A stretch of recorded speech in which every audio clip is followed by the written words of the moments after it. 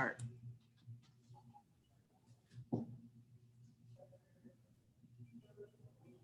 Good afternoon and welcome to this week's episode of Thursdays at 3. We'll be speaking with Nina Johnson. She is a renowned gallerist here in Miami and owner and founder of the Nina Johnson Gallery. And Nina, welcome. Welcome to our show. I'm Jacqueline Goldstein, curator of the Jewish Museum in Florida, FIU. Nina, welcome. Thank you. Thank you so much for having me. It's fun to be here, even though it's digital. Well, it's a pleasure to have you on. I know that many of our listeners and visitors are really well aware of the Nina Johnson Gallery. So it's our pleasure to have you on. Thank you. And so let's start with, the beginnings of your career. I know at 15, you started interning with Bernice, Miami's own Bernice Steinbaum. How did that come to pass? I'm like such a weirdo who, when I was in high school, said I would love to work in an art gallery. So I guess it would be important to talk about what Miami was like then, because it was a very different city. Particularly in terms of the arts, there were much fewer galleries and art institutions were a lot smaller and named differently and in different locations and everything than they are today.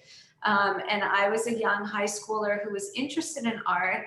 And at that time, the art market was not what it is today. Like, it was still a pretty niche world of, kind of weirdos who loved art. And when I went to my college counselor and said, I want to study art, he goes, oh, great, another starving artist.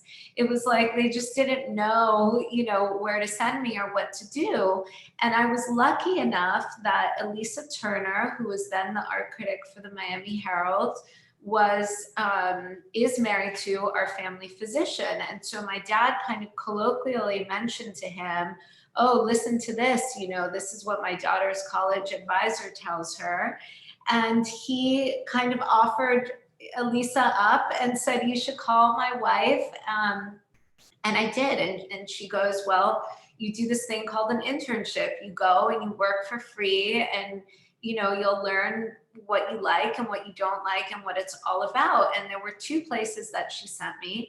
One was to Bernice Steinbaum, and the other was to Locust Projects, which then was still a very scrappy space being run by Jean Marino and a couple of other artists in Wynwood.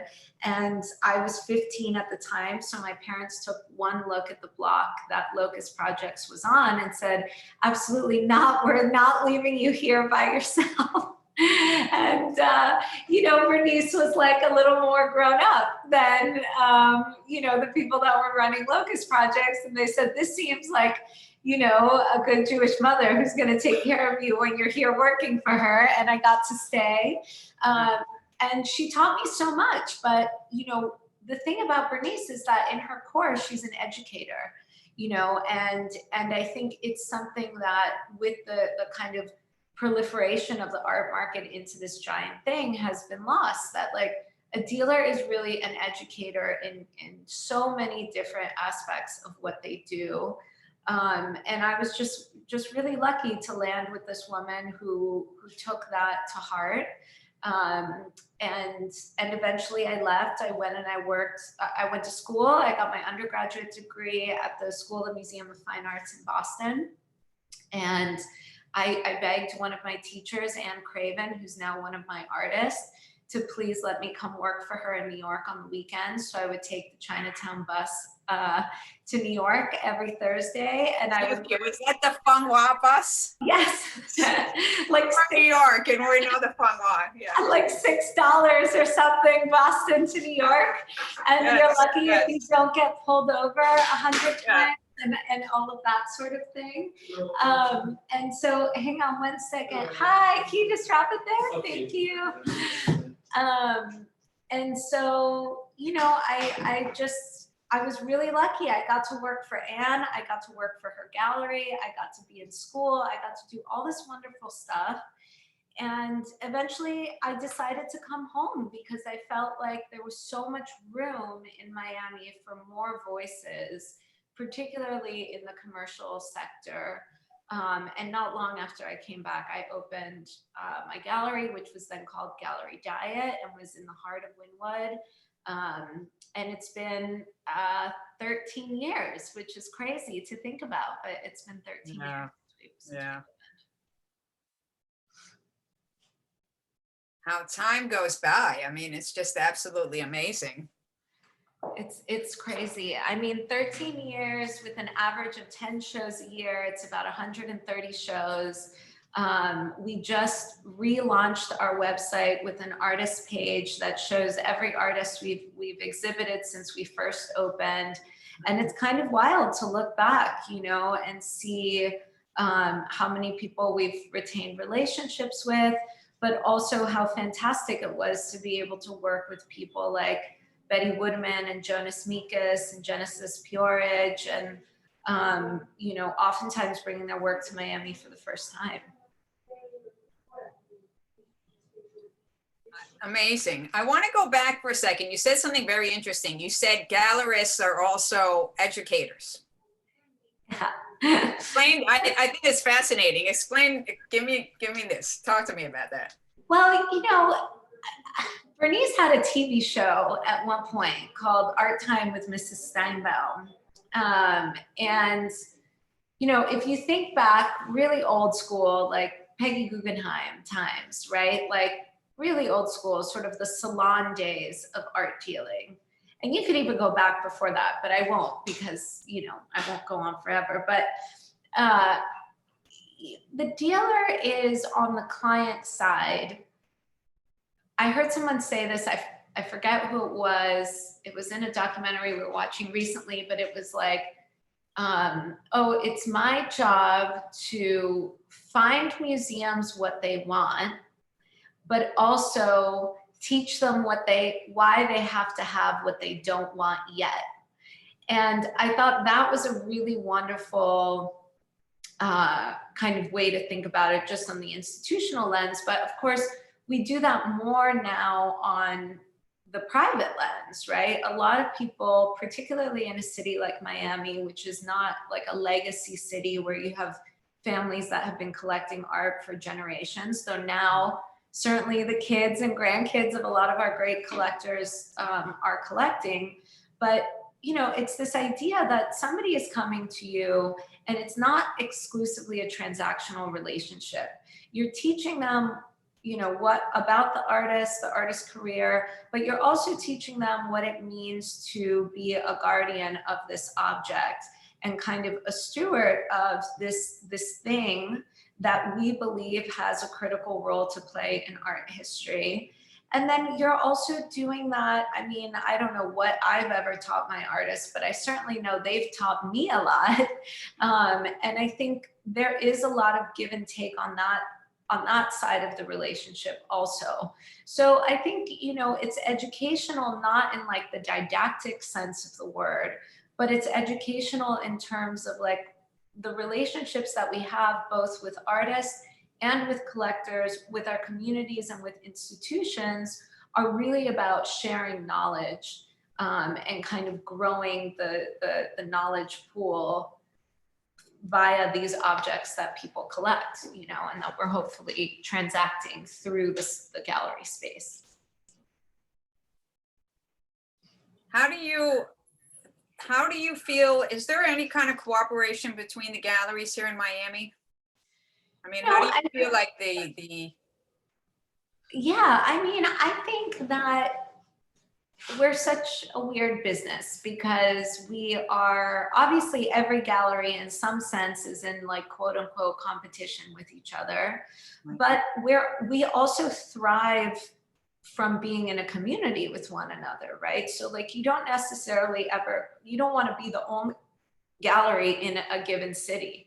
That's not good for the collective community, and it's not good for the longevity of your business.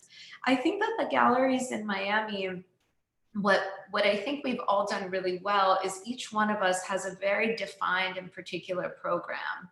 And I think that's come out of necessity because it is such a small scene that people tend to open with the intention of filling a gap that's not yet been filled by someone else, right? So, you know, it's not like I'm trying to show an artist that somebody else in Miami is already showing. We're trying to bring something that isn't being shown elsewhere. And I think we work together in the sense of, you know, we all understand that it is a small community. There's no secrets, right? Like, I'm not hoarding away some magnificent collector that no one else has heard of in town. And it only does us good if there's a really good show up the street and I take that person to see the show. And I also think that we've all done a good job of supporting our institutions, you know, and in kind being supported by them. So, you know, like in the early days of PAM, many local dealers who couldn't really afford to be part of the capital campaign for the building of a new museum kind of put our pennies together, and we all, you know, committed, albeit a small amount, but committed a small amount to the capital campaign of seeing this building get built. And I know, you know, that the success of our local institutions means a lot to all of us. And whenever there's anything we can kind of collectively work on in that space, we certainly all do. So I think it's not unique to our city, but I do think that because of the scale of what goes on here, there is a little bit more kind of brotherliness than you might find somewhere else. Right, somewhere more like in New York, where everybody's kind of, I don't want to say in competition, like you said, but there's just such an overwhelmingly, I mean, do you feel like here there's, obviously it's a city that's, the art world here is just starting to really come alive. Do you feel, you know, in another city very established like New York, you know, has their galleries, has their competition? Do you feel like there's, you know, a lot more room for growth here? Are you seeing that at all? Absolutely. I mean, I would never be able to have the program that I have in New York because many of the artists that I show have dealers that represent them in New York, you know? I think that I do always think there's still space. Like, we're always looking at what is an interesting way we can partner with a gallery in New York to do a project, or is there the opportunity to highlight an artist that's been working in New York and doesn't have a dealer there, you know, or is in some ways like a, you know, really a hero to other artists, but the market there hasn't totally accepted their work. So there's always room everywhere, you know, for kind of growth and improvement. But I think also the difference in New York is it's like, you know, collaboration is often born out of necessity. And what I see with a lot of my colleagues in the city is that they collaborate, but in much more kind of micro niches. So like 3 or 4 galleries that have very similar programs might collaborate to support an institution that shows the types of artists that they represent, but they're not working with, say, like an old master dealer on the Upper East Side. Like it's almost like 2 different worlds. Right. Here, you know, we're all working together, whether somebody is doing a show of, you know, historic Cuban abstract painters and somebody's doing a show of, you know, graffiti-based artists from, you know, from South Florida or whatever. There is more of a kind of open exchange across dissimilar programs because it's just so much smaller. What is your, I know that you're working really with contemporary art. Why did you go into contemporary art, for example, versus, like you said, old masters? I mean, I know we can't sell old masters, but forget our old masters. I mean, why did you specifically go into contemporary art? Yeah, so I was really lucky to not get led into an art history path, like in terms of my education, right? So you know, when I went to school, there were not a lot of like a gallery program. You know, now you can go and you can do a program with Sotheby's or whatever and learn about like the quote unquote business of art. That didn't really exist when I went to school. It was like you could get a fine arts degree, you could get a curatorial degree, or you could get an art history degree. And for me, the interesting part, or the thing that I wanted to participate in, was working with living artists.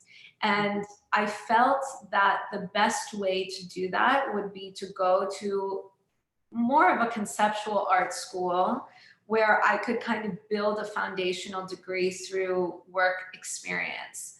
And I love people, you know, like I'm a people person. I thrive from seeing other faces and talking to people and solving problems and being helpful. And so, you know, the secondary or tertiary or, you know, old masters market or whatever, there's a lot of characters there, but like you're not dealing with the artist in the same way that I do. And that's where I get, you know, that's kind of like what's interesting to me. I mean, it's like my favorite hobby is matchmaking, and it's not dissimilar to that. You know, it's a great collector who has like a very particular, you know, one of the pieces that's in the show, in Ryan's show, I saw it I saw a maquette of it in his studio a year and a half ago. And I was like, I know the client for that piece. And that's who bought that piece, you know? So okay. I like that, you know? And, you know, while I do, lately we've incorporated more historic works into the program, it's more about contextualizing the practices of some of the younger artists that we show. Because oftentimes our audience members in Miami haven't seen the direct reference that somebody is looking at, you know, because that work hasn't been shown here. It's more about that than it is necessarily about a love for kind of art history in the capital letter sense, you know. I really like what you said about matchmaking, how you're matching basically the client to the artwork and finding the, you know, it's like a dating app. I mean, you're finding the right mix. That's the right fit, because these things are so intimate, you know, they're so personal. And it's like, you don't, you know, really serious collectors, they're not usually like, oh, I like that, you know, it's attractive to me. It's usually like more challenging than that. It's like that object sparks curiosity in me. It makes me wonder, I'm attracted to it, but why am I attracted to it? It makes me question my surroundings. And that's kind of like people, right? I mean, you sort of get bored with people that you just like and they're easy or something, you know? You kind of like people that like push your buttons and you know, challenge you. And so I think in that way, it's very similar. And it's the same with the artists, you know, I mean, they always say like, artists make their best work for certain dealers, for certain curators. It's like that push of, you know, that dialogue between two people and kind of saying, hey, look at this, or, you know, like, I'm like struggling with this piece, I need more time, and knowing that it's right to give more time, or knowing that this is the moment when you have to be like, this person really needs a deadline to get through. It's like a personality, you know, it's a personality game for sure. Absolutely. I know you said the gallery is multi-generational. So what if this is different, you know, you show different age groups, which is great. What is the, you know, factor? How would you choose what would work with your gallery and what wouldn't? Do you have any specific factors, or is it just? I mean, it's funny. It's like, I always think about that. What is the specific factor? And then things pop up that I would never have thought would, you know, maybe be the right fit, and somehow they are. I tend to look for things that do spark that kind of questioning in me, you know, like, why am I attracted to this thing, or why am I not attracted to this thing? How does this artist play off someone that we showed earlier? Like, I'm always looking at the program as a whole, looking at a year or 2 years and seeing, what are we missing here? You know, are we missing somebody who's dealing with the body? Are we missing somebody who's, you know, dealing with identity? Are we missing some photography? But it's kind of like more esoteric than that, you know. It kind of sums up to like this thing I saw, and I was really interested and curious in it, made curious by it. And in some ways it's sort of like selfish. Like I want to bring that person here. I want to have the experience of working with them. I feel like there's something I can offer. Like, can we place this work with museums? Can we, help people look at this work better? A good friend of mine who's a wonderful curator and writer and has recommended many artists to me that I've gone on to show, I've been like, why did you think this artist was such a good fit? And he's like, yeah, because you like all the weirdos that don't fit anywhere else, And I think that that's sort of like a good, I don't know, they just fit here. They fit with each other. And we have a lot of collectors that acquire works from many of our shows. And when I see that work taken out of the context of the gallery in someone else's home, no matter how many years are between shows that they've acquired works from, there is a dialogue that happens between them. And it's not really like some master plan, it just is an undercurrent of things that seem to make sense, that reflect our times in interesting ways.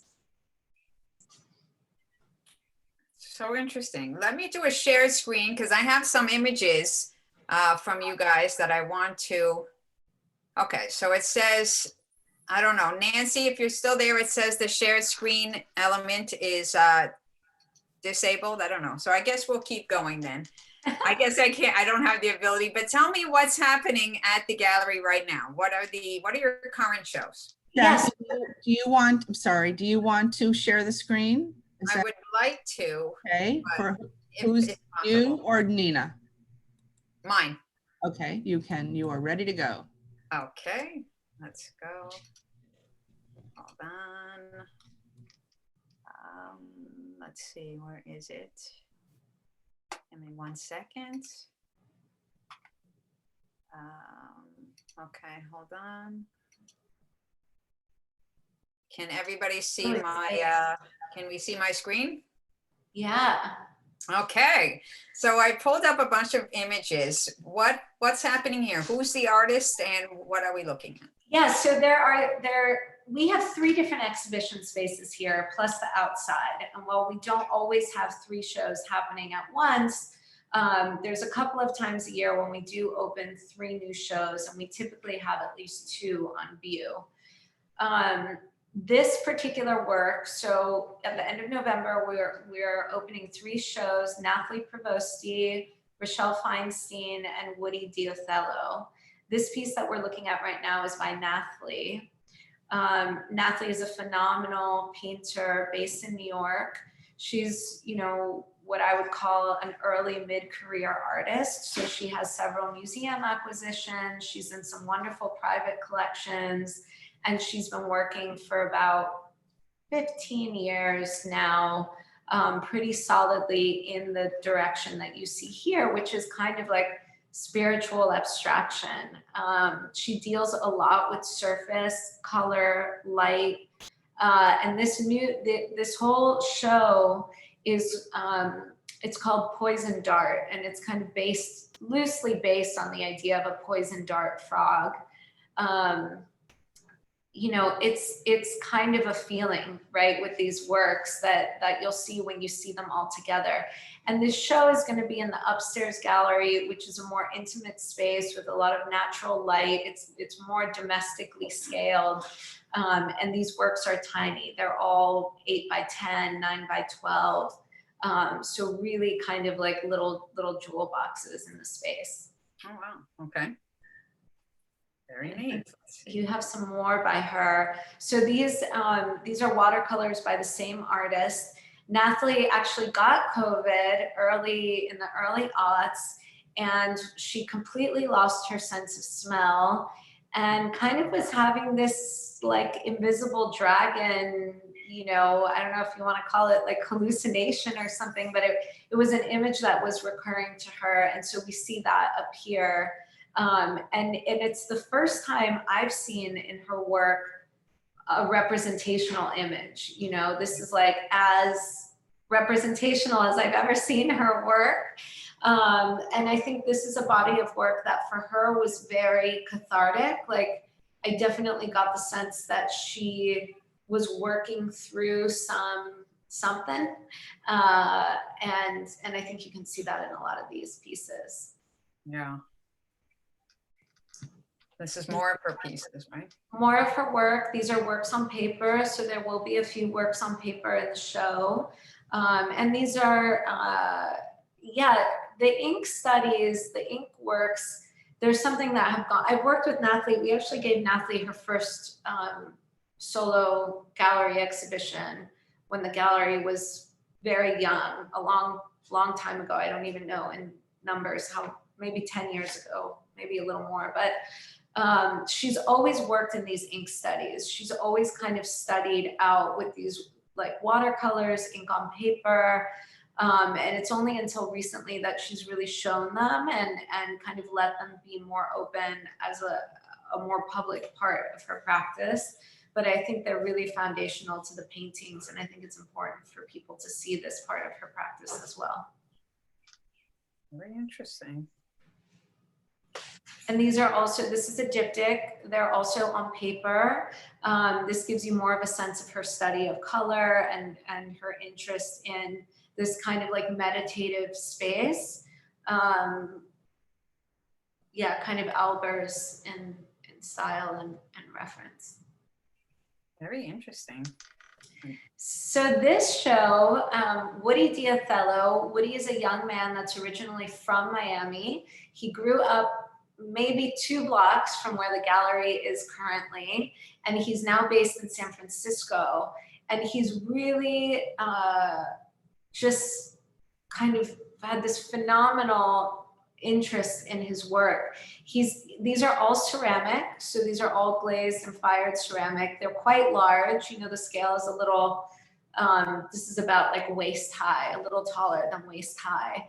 And I think there's a lot of grappling with the body, a lot of grappling with masculinity. And I think it's just so interesting to see a man working in ceramics, dealing with the figure, kind of grappling with his own chains, you know, like his own identity. Many of these works read almost as self-portraits. If you keep clicking through, you'll see some others. This is one of his paintings. There are also paintings and works on paper, but you can see like the glasses is an icon that he's kind of developed that I think really is a stand-in for his own person. And there's a lot, the title of the show is Coming to Light. So there's a lot of conversation in this work about Black America, what it means to be kind of working through that this year. All of these works were made, and it's interesting, all 3 of these shows, the show may have been intended to be something else, but over the past 9 months, all of this work was made new for the shows. Wow. So I think that's something really interesting. Like Woody kept kind of adding and producing, and there was like a lot coming out. And that's something that I've seen across the board with most of our artists this year. Amazing. This is Woody's as well. So you could see the ears, and there's a lot of, you know, these kind of body cavities, right? So like, what do we take in? What do we project out? You know, the jug heads, right? So these like classic Southern, like crafts, the way it relates to ceramics, I think is really something else interesting that he's exploring. This is actually going to be a planter. So this image is a little bit of like a sneak peek, but this one will have a plant in it for the show. Oh, wow, okay, a live plant? Yeah, and it's sort of support, I believe it's called support for a living object or something in that feeling. Oh, that's great. So is it gonna sell as a planter or more? Or is it up to the client to do it? I think it'll, you know, I definitely think it's his intention that it would live with a potted plant for its lifetime. But, you know, there's definitely a little bit of discretion there. That's fantastic. It's so interesting. I really like that idea. idea. This one's similar, you know, you see that jug shape again, that really classic kind of jug. And again, there's like a little bit of the glasses and the ears, and you know, the pedestals are very important. They're all ceramic as well. And they're a really foundational part of his work, like this kind of like teetering stool, or like what feels like a teetering stool. Yeah, totally. So this is our third show, Rochelle Feinstein. This will actually be Rochelle's second exhibition with the gallery. Her first was back in our Wynwood space, and Rochelle is an incredible painter who's based in New York. She has, she's the chair emeritus of painting at Yale, and she's been an influence on generations of artists. She really is somebody that has a lot of humor and hubris and a lot of power in her work. So this series of paintings were all made using the colors of the rainbow, and specifically thinking about how these colors are used as a mapping tool. So of course the election and the mapping of red states and blue states, but also if you look at like a topographical map of the eye, it's mapped with the same kind of color. This is actually a detailed view of a painting that has hand-sewn stitching into the canvas. Oh, wow. Okay. This is another mixed media work. It's a painting, but then it has these kind of tape lines. And, you know, there's a lot of kind of struggle from within the work. You know, there's a lot of kind of battles being fought on the picture plane with Rochelle's work. The title of her show is Fredonia, which is a reference to duck soup. And one of my favorite movies. So, you know, Rochelle's like definitely been feeling it this year. And I think it's a really important show. I mean, we talked a lot about what it meant to have this show, regardless of what the outcome of the election was. And I think there really is a sense of catharsis for a lot of artists, and I think Rochelle especially, just working through what the past 4 years has meant. Makes sense. Why Fredonia? Why did she go for duck soup? What was the well, we were just talking about the absurdity of the current moment, you know, and what does it mean to make work right now? What does it mean? She's in New York, so for her, the past several months, she's a woman in her 70s. She's felt very trapped by her own circumstances, like the feeling of you can't walk down the sidewalk without feeling as if though every body in your way is somehow a threat. But also just, you know, the absurdity of painting. I think Rochelle is somebody who's very kind of, I don't want to say self-deprecating, but like definitely self-questioning in her work. I think that she's always looking back at like, who is the character of the painter that she's built? Like, who is Rochelle Feinstein? And I think that there's definitely, particularly with this body of work, which truly is about like mapping, you know, like visual mapping, and how we project ourselves in these like digital representations. How does that translate to paint? And how does that translate to the act of painting? So I think, you know, Fredonia is just a little bit of humor, self-humor, right? In that regard. It's one of my favorite movies, duck soup. That's the end. Okay, so then let me stop to share. Really, duck soup and Marx Brothers is one of my favorites. When you send that over to me, I was just so excited to see, yeah, you know, why. And I guess it makes sense in our political, you know, climate today. It's just anything goes. It's a very traumatic time, you know, and I think artists this year have really been asking themselves the question of like, what role do these objects play in such a distorted society?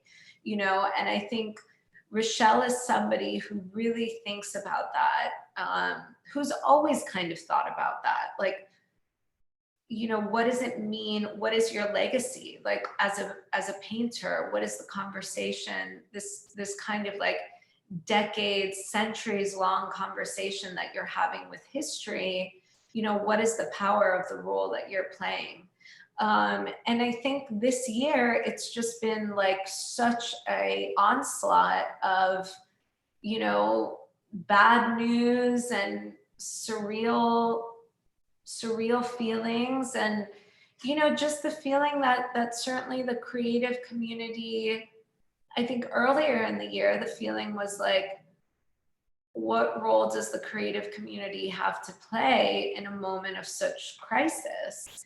And now I think the kind of resounding answer to that is like, we really need them to help us make sense of this all and kind of laugh through it and sort of like survive coming out of this moment, both related to COVID and politics, you know. 100%. What do you, these are three, they're different. Each of these artists that you're showing are pretty different. There's, you know, each seems to be saying their own different message. And these are what's currently on right now, right? These will be what's currently on, yes, when this airs, when this is live. They were currently on, okay. And when will they be up to? Do you have the closing date? Yeah, so these shows run from November 20th through January 7th, I believe. It's that first Saturday in January. And we are back to being open. So we're here Tuesdays through Saturdays, 11 to 5. We do ask that people wear masks when they come to visit. And we're not at the moment doing any kind of openings or social events, so we have been really active with digital events on our Instagram and most recently through Zoom. And the gallery is, we're located in Little Haiti. So we're on Northwest 2nd Avenue and 63rd Street, if anyone's wondering. Excellent. I know that artists, you know, we can say since the history of art, I mean, going back to cave paintings a little bit after that, they were always a social commentary, Yeah. right, of what's happening. And how do you feel, you know, your three artists are commenting on what's happening? Are they in a different way, or what you're showing right now? Do you feel like? Yeah, I mean, I think it's really interesting to see the three different perspectives. I mean, all three artists are at very different places in their lives. They're very different people. You know, Woody is a young Black man living in San Francisco. He's very much at the beginning of his career. Nathalie is, like I was saying, a kind of early mid-career artist working in New York, also a young woman, but somebody whose work is extremely introspective and quiet and meditative. Rochelle is a quite established woman in her 70s, also living in New York, but somebody who's kind of like seen it all, you know? I mean, she lived through the AIDS pandemic, like in New York, in a creative community. And I think, you know, they're each three very different perspectives. I think Rochelle offers us a lot of kind of release. Like I look at those works and I think there's so much energy and power and kind of expressiveness. And there's a lot of like raw feeling in them. And I think we definitely need to exercise that. I think that Nathalie is somebody that kind of offers us the opposite, you know, which is like a very meditative, cerebral, almost like from within our own bodies space.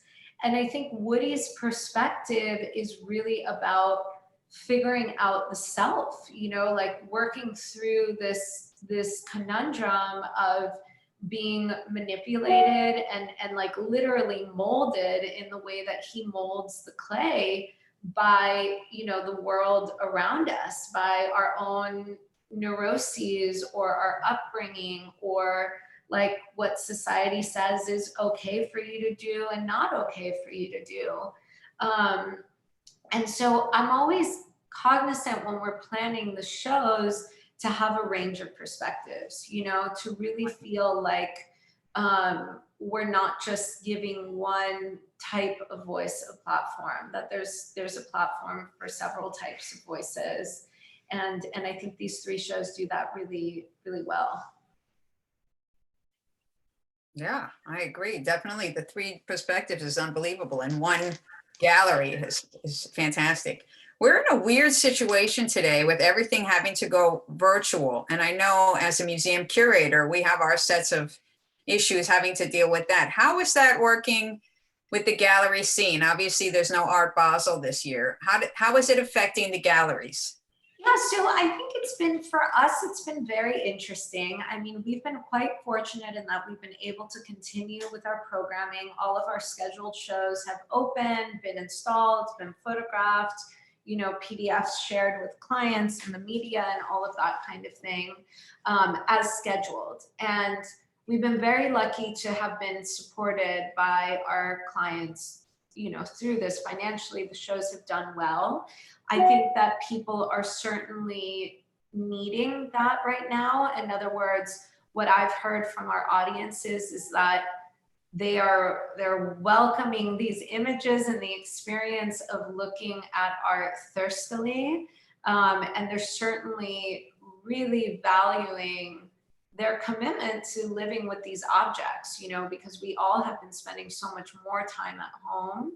And I've heard from many clients over the past year, like, I'm so happy that I have these things that kind of help me sort through the day, that I'm able to look at this and have a perspective outside of my own, you know, inside of my four walls. So I think that's been really wonderful. It's certainly given us the opportunity to connect digitally through some of the events that we've done with people that we wouldn't normally be able to in person. Right. And I think in terms of Basel this year, you know, I feel like it's so much bigger than that. You know, I feel like I'm very reassured by the fact that so many New York and LA galleries are doing, you know, they're kind of opening temporary exhibitions here. Design Miami is happening. Many of the museums have decided to open with their, you know, respective restrictions and all of that. But I think it's really more about, like, what do we as a cultural community have to offer the public right now? And I think the answer is quite a lot, you know, like really quite a lot.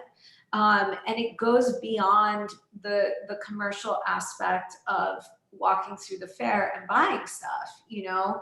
And I think all of us have been able to reaffirm ourselves that is true, that actually the market is one part of a many and a necessary part, but of a multifaceted existence that that has a lot to offer to the world at large. So I hope we see that in practice in Miami this year, despite, you know, they're being just a digital fair, right? Because Basel will be online viewing rooms version of Basel. And yeah, I mean, I think for my part, like just from a personal level, I miss working with the artists. I mean, I'm very lucky that 2 of the 3 artists, you know, have come to install their shows, albeit briefly. But, you know, I miss having them over for dinner and having, you know, a community of people be able to gather to celebrate the exhibition for them in a concerted way that they can experience. And I, you know, when that comes back, I think it will be quite welcome. But for the time being, I think we kind of all have other things to focus on, and that's okay. No, I'm so, I don't want to say worried, but I miss our community. You know, I'm like I said, I was born and raised in New York, and I've been down here now for 8 years, and I love Miami's vibrant art scene. I feel like it's up and coming. There's so much room for growth, and then all of a sudden, all the brakes are on. you Yeah. know? So how do you feel like once things open up again, how do you feel like is it going to come back right away? Are people going to be rushing out? Is it still, how do you think it's going to change? Will it just go back to normal? I think people are already rushing out in the sense that like they're rushing out to come see the shows, you know, which is a wonderful thing, right? Like they're not rushing out just for the social aspect of coming to an opening or taking a selfie or whatever. They're rushing out for wanting to come see this someone else's perspective on the world. And I think that's really wonderful. And I think the other thing that is kind of a gain, you know, if you can say that at all for anything this year, but it's like the other thing that is sort of a gain for the cultural community is that, you know, we've learned that we're bound by more than just geography and a few social events a year. You know, I think the bonds that exist between dealers and institutions, the artists they show, the collectors and patrons who support them, we've truly seen through this past year that those connective tissues, you know, they don't happen because of a dinner party. They happen because we're committed to the idea that, you know, what artists do matters and that it's all of our responsibility to just support that. And that's a really wonderful thing to be reminded of, you know. Well, it's amazing. I do need for our listeners to get your address and website. So what is the exact address? Just so everybody has it. So the website is quite easy. It's ninajohnson.com. And the address is 6315 Northwest 2nd Avenue. And the only thing that I will say is check the website or call us to make sure we're not installing shows. That's the only time that we're not open Tuesday through Saturday, 11 to 5, is if we're in between exhibitions. We also have a really active Instagram page, which is at Nina Johnson Gallery. And if we're ever doing any kind of digital event, it's linked on there. And so you can find it, all our show openings and current exhibitions and all of that good stuff. And yeah. This is great. I have the last question I wanted. I think Gallery Diet, you had it in Wynwood, correct? Yes. So why the change to the new location? So we were in Wynwood. I was in Wynwood for 7 years. It was wonderful. I was very lucky to be welcomed there with open arms by the Goldmans, specifically Tony, who was really a great, you know, just visionary and friend and all of that good stuff. And I loved my space there, but we, you know, I was a renter and I had kind of hodgepodged or quilted together every space in my building as it became available over the course of 7 years. And eventually I just, you know, I knew I was going to be in Miami for the long haul. I wanted to own my own space, and I wanted a space that, you know, physically had characteristics that made it feel as though we were in Miami. So I wanted outdoor space. I wanted a window, you know, more than one window. I wanted some architectural character. And so I looked for about a year. And in 2014, I bought the buildings that are now the gallery compound. And we worked with an incredible architect who has offices in New York and LA, Charlotte Pyman and Herrero. And they just did a great job of creating a space that feels like home, that's unique to us, that kind of has all the hodgepodgey, ragtaggy weirdness that makes Miami wonderful. And we're so happy to be here. And now we're here in Little Haiti, which is like become its own, you know, its own destination for various reasons. And we try to be sensitive neighbors, you know, as much as we can, as the neighborhood goes through whatever transition it seems to be going through right now. It's a city in flux, 100%, right? So unfortunately, I think we're out of time today, but it's been such a pleasure having you on. I mean, really.